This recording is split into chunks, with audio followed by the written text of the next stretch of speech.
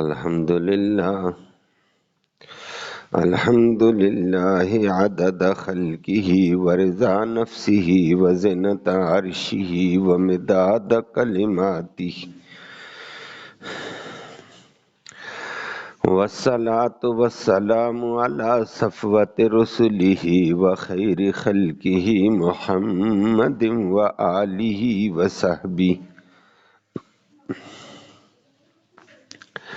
اما بعد فاعوذ باللہ من الشیطان الرجیم بسم اللہ الرحمن الرحیم احل لکم صید البحر وطعامہ متاعا لکم وللسیارہ وحرم علیکم صید البر ما دمتم حرما واتقوا اللہ الذی الیہ تحشرون صدق اللہ العلی العظیم وبلغنا رسولہ النبی الامی الکریم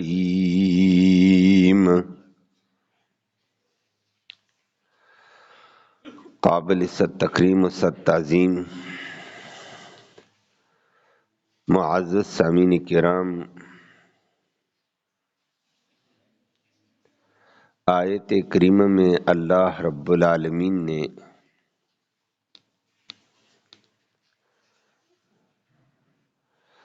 اپنا ایک حکم ارشاد فرما دیا۔ کل کی آیت میں فرمایا کہ تمہارے امتحان کے لیے احرام کی حالت میں شکار کو حرام قرار دے دیا۔ حرم کے علاقے کے اندر موجود ہوں گے تو پھر بھی شکار حرام ہے، چاہے احرام میں ہوں چاہے احرام کے علاوہ ہوں۔ آج کی آیت کریمہ میں اللہ نے سمندر کے شکار کا حکم دیا ہے اور فرما دیا بر کا شکار، جنگل کا شکار تو تمہارے اوپر احرام کی حالت میں ہمیشہ ہمیشہ جب احرام میں ہوں گے تو وہ حرام ہے۔ احرام باندھ کر بندہ جہاں سے بھی چلے، چاہے وہ کسی بھی علاقے سے چلتا جائے گا، جنگل کا شکار فرمایا حرام۔ وَحُرِّمَ عَلَيْكُمْ صَيْدُ الْبَرِّ مَا دُمْتُمْ حُرُمًا، جب تک تم احرام کی حالت میں ہوں گے تو تم پر جنگل کا، صحرا کا، بیابانوں کا شکار حرام ہے، نہیں کر سکتے۔ لیکن اس کے مقابلے میں اللہ نے اعلان فرمایا احل لکم صید البحر وطعامہ متاعا لکم وللسیارہ، کہ بحر کا شکار احرام کی حالت میں بھی جائز ہے۔ بحر میں شکار، سمندر کا شکار، سمندر میں صرف ایک چیز شکار ہوتی ہے، وہ مچھلی ہے۔ تو فرمایا احرام بندے نے باندھا ہوا ہے اور ضرورت کے پیش نظر اس کو ضرورت پیش آ گئی ہے، اور یہ سمندر کا شکار مچھلیاں پکڑتا ہے، کھاتا ہے، یا مچھلی پکڑتا ہے دوسروں کو دیتا ہے، فرمایا یہ جائز ہے۔ سمندر کا شکار جائز، اور بر کا شکار، جنگل کا، صحرا کا، بیابان کا شکار حرام۔ اللہ کا حکم ہے، اللہ کہتا ہے میں مالک ہوں، میں خالق ہوں، جس کو میں جائز کہوں وہ جائز، جس کو ناجائز کہوں وہ ناجائز ہے۔ سمندر میں مچھلی شکار ہوتی ہے، اللہ رب العالمین نے اس کو احرام کی حالت میں بھی جائز، بغیر احرام کے بدرجہ اعلیٰ جائز ہے۔ اور وہ قرآن نے دوسری جگہ بطور امتنان کے فرمایا، احسان کے، کہ انسانوں تم اپنی غذا میں غور کرو نا، میں نے تمہیں کیا کیا دیا ہے، ہر نفع والی، راحت والی، فائدے والی چیز تمہیں مہیا کی ہے، اس میں چلتے ہوئے فرمایا سمندر کے اندر سے بھی میں نے تمہیں لحمن طریہ عمدہ قسم کا مچھلی کا گوشت عطا کیا ہے، اس کو لحم طریہ کہا۔ قرآن نے امتنان کے طور پر ذکر کیا، اور واقعتاً مچھلی کوئی نقصان دہ نہیں ہے، چاہے مریض ہے چاہے غیر مریض ہے، پکانے کے اعتبار سے فرق ہوگا، لیکن اس کو پکا کر کھایا جائے تو وہ کسی کے لیے ممانع نہیں ہے، اللہ نے اس کو فائدہ مند بنایا ہے، اور اس میں بے شمار قسم کے اللہ نے طاقتیں بھی، فوائد بھی رکھے ہیں۔ تو آیت کریمہ میں بھی اللہ نے ذکر کر کے فرما دی یہ چیزیں حرام ہیں تمہارے لیے بھی، اور تمہارا کوئی قافلہ چلتے ہوئے جا رہا ہے اس کے لیے بھی۔ اللہ روزی کا مالک ہوتا ہے، وہ ہر طریقے سے روزی دیتا ہے، اس کا ذکر کر کے فرمایا۔ حضرات صحابہ کرام نبی کریم صلی اللہ علیہ وسلم نے ایک جہاد کے سفر پر بھیجے، جہاد پر جا رہے تھے۔ حضرت ابو عبیدہ بن جراح رضی اللہ تعالیٰ عنہ اس لشکر کے امیر تھے۔ احادیث میں آتا ہے غزوہ سیف البحر کہ صحابہ کرام چلتے ہوئے جا رہے، 300 افراد پر مشتمل تھے، اور 300 ٹھیک ٹھاک جماعت ہیں، جہاد کرتے ہوئے چلتے جا رہے ہیں، دنیا میں دین پھیلاتے جا رہے ہیں، اور سمندر کے کنارے کے اوپر آگے بڑھتے جا رہے ہیں۔ توشہ ختم ہو چکا ہے، اور اللہ کے نبی کا فرمان ہے آپ نے فلاں بارڈر تک جانا ہے، جس کو دین کا نہیں پتا وہ بتاؤ، اور جو ٹکراؤ کرے گا جہاد کرنا۔ توشہ ختم ہو گیا۔ حضرت جابر رضی اللہ تعالیٰ عنہ فرماتے ہیں ہمارے امیر صاحب نے ساتھیوں کے پاس بچے ہوئے توشے کے جمع کرنے کا حکم دے دیا، بھائی جس جس کے پاس بچا ہوا سامان ہے جمع کرو۔ یہ اسلام کا ایک ہمدردانہ نظام ہے۔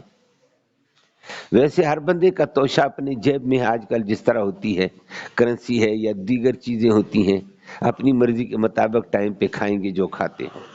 توشہ ختم ہوا، اس نے کہا بھائی جس جس کے پاس تھوڑا بہت خرچہ ہے جمع کرو۔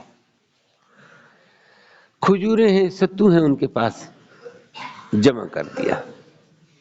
جب جمع کیا تو کسی کے پاس کھجور تھیں، کسی کے پاس بالکل نہیں تھیں، تو امیر لشکر نے کہا آپ اس میں مل کر کھائیں گے، ایک دوسرے کی ہمدردی کا لحاظ رکھیں گے، ایک دوسرے کے درد کا لحاظ رکھیں گے۔ تو امیر لشکر نے پہلے ہمیں، چونکہ کھجوریں ایک سے لی دوسرے لی کو ہو گئی ہیں گزارے کے طور پر، 7 کھجوریں ہمیں ہر مجاہد کو دے دی کھانے کے ٹائم پر، کہ بھائی یہ آج کی دن کی خوراک ہے، کھاؤ۔ بعد میں اس میں بھی کمی آ گئی، 2-4 دن کے بعد ایسا وقت آیا ہمیں ایک کھجور ملتی تھی روزانہ کی۔ اب وہ جمع شدہ توشہ ہے، ایک دوسرے کا تعاون مل کر کھانا ہے، یہ نہیں ہے میرے پاس ہے تو میں تو کھاتا رہوں، پڑوسی بیچارہ مرتا رہے۔ اسلام اس کی اجازت نہیں دیتا۔ اب جہاد کے سفر میں صحابہ کرام نبی کریم صلی اللہ علیہ وسلم کے حکم سے چل رہے، امیر لشکر نے جن کے پاس تھا کہا جمع کرو، اکٹھا کرو، دوسروں کو بھی ساتھ شریک کرتے ہیں۔ ایک کھجور تھی۔ حضرت جابر رضی اللہ تعالیٰ سے پوچھا وہ ایک کھجور کے ساتھ ایک مرد کا کیا ہوتا ہے؟ پھر جہاد، پھر پیدل سفر۔ اس نے کہا خدا کے بندو، اللہ ہم سب کو شکر گزاری کی توفیق نصیب فرمائے۔ اس نے کہا جب ایک کھجور ختم ہوئی نا، اس کی قدر ہم سے پوچھو، ایک کھجور کی قدر کتنی تھی ہمیں۔ اور آگے جابر خود کہتے آج تو تم عیش کرتے ہو اور تمہیں پتہ ہی نہیں مال کدھر سے آ رہا ہے، کیسے آ رہا ہے، کھا رہے ہو اور کبھی اللہ کا شکر بھی ادا نہیں کرتے۔ کیفیت ہماری بھی یہی ہے، اللہ ہمیں معاف فرما دے۔ آج اللہ نے بہت کچھ دیا ہے۔ ایک کھجور کے اوپر بھی صحابہ دین کا کام کر رہے تھے، اور فرماتے ہیں جب کھجور ختم ہوئی ہے اگلی کیفیت آ گئی ہے۔ امیر لشکر نے کہا بھائی غلہ نہیں ہے، ہمیں اللہ کا حکم ہے، ہم نے آگے بڑھنے ہیں، اور دائیں بائیں کوئی علاقے میں ایسی چیز بھی نظر نہیں آتی ہے۔ تو جھاڑے کا موسم تھا، خزاں کا۔ خزاں کے موسم میں آپ کو پتہ ہے درخت کے پتے پیلے پڑ کر گرنے لگ جاتے ہیں، خشک ہوتے ہیں سخت۔ اب پتے گرے ہوئے، امیر لشکر نے کہا اور کچھ نہیں ہے بھائی، یہ پتے ہیں، حلال ہیں، کسی کے مال کی طرف دھیان نہ کرنا، یہ پتے کھا کر گزارا کرو۔